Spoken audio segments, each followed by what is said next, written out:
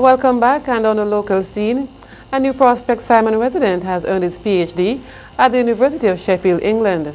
Maurice Schott, the son of Karen and Ishmael Schott, commenced his educational journey at the Petersville Primary School, the Boys Grammar School, Community College, and thence University of Sheffield, where he enlisted in the electrical engineering class. A proud father, Ishmael Schott, said his son followed the family tradition of electricians. He said it was a natural course of events for Maurice, and his PhD is a tribute to his own vision. Maurice attained his PhD before the age of 30, and we say congratulations. Prime Minister Dr. Ralph Gonsalves said he was pleased with the presentation on the cyber bill by the members of government in the House of Assembly. He was speaking on Sunday, August 14, 2016, on the Issue at Hand program aired here on BFM. Dr. Gonsalves said he was particularly pleased with presentations made by the younger generation of leaders and praised the contribution of senior government members of the House. NDP leader Honorable Arnhem Eustace responded to last week's passage of the Cybercrime Act 2016. He calls the law an unprecedented act on the basic freedoms of citizens in this day and age, an act by an illegitimate regime that simply seeks to protect itself from criticism, prevent evaluation and scrutiny of its actions, so as to continue to rule with impunity and without accountability.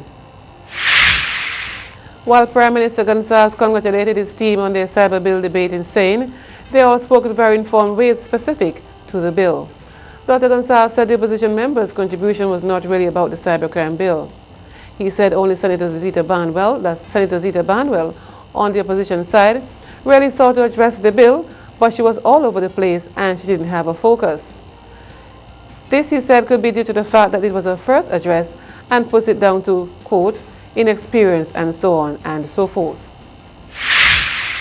In an unprecedented move, 22 international agencies concerned about the freedom of expressions across the world have signed a letter condemning the Cybercrime Act 2016, which was passed on Friday. Defamation in print, written and broadcast media is punishable by up to 2 years imprisonment under the Business Penal Code, predating the adoption of the cyber law, that's a cybercrime law. By the new legislation extends criminal defamation, that's defamation, to online content.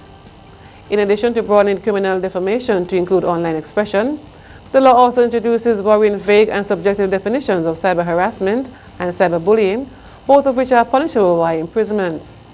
Prime Minister Dr. Gonsalves on Friday said that his concern is not with these bodies, but with SPG.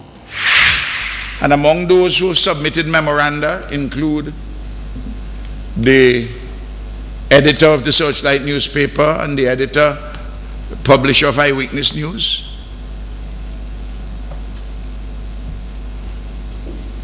We have had submissions by the Thusian Institute for Religious Liberty. We have had submissions by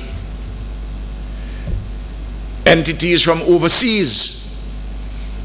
And as chairman, when they came to me, like for instance Reporters Without Borders and 2 or 3 others, they were circulated to the select committee, and I can tell you I read every single one of them very carefully. Some were more expansive than others, but they covered basically similar territory.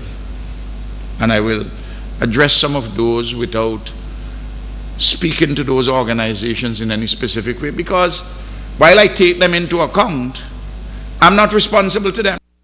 I'm responsible to the Parliament of this country and the people of St. Vincent and the Grenadines. That's where my responsibility is. But I'm part of the global civilization. Leader of the Democratic Republican Party, DRP, Anissa Batiste, has called the bill that is now law a witch hunt and the Herod law.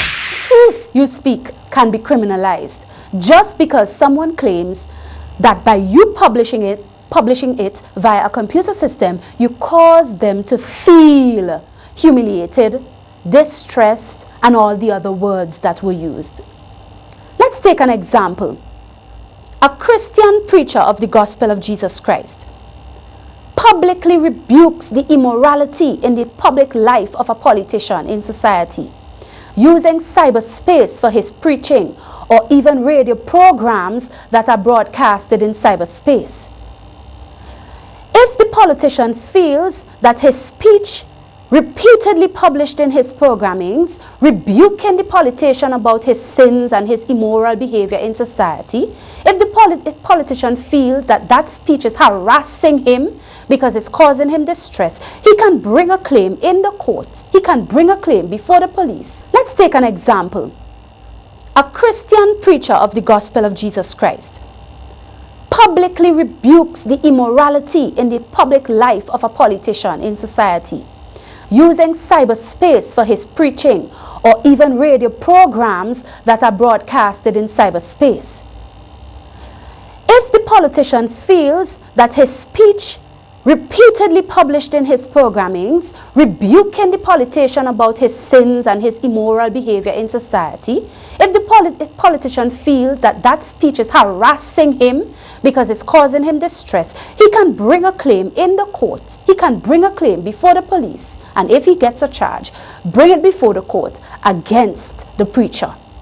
Even though the preacher may have simply been telling him the truth that God says in his word.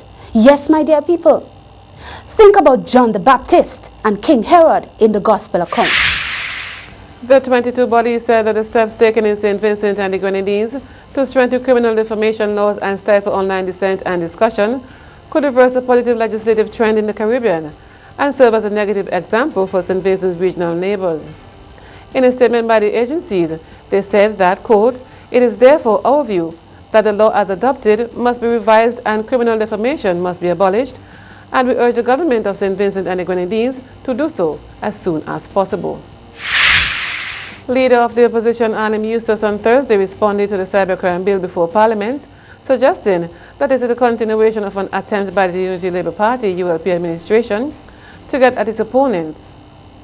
Eustace further told lawmakers and media audiences that there are other priorities in the country, such as improving the economy.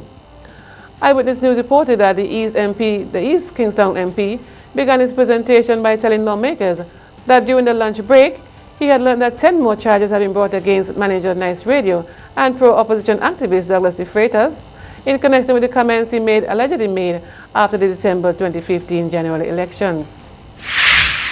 More local news when we come back.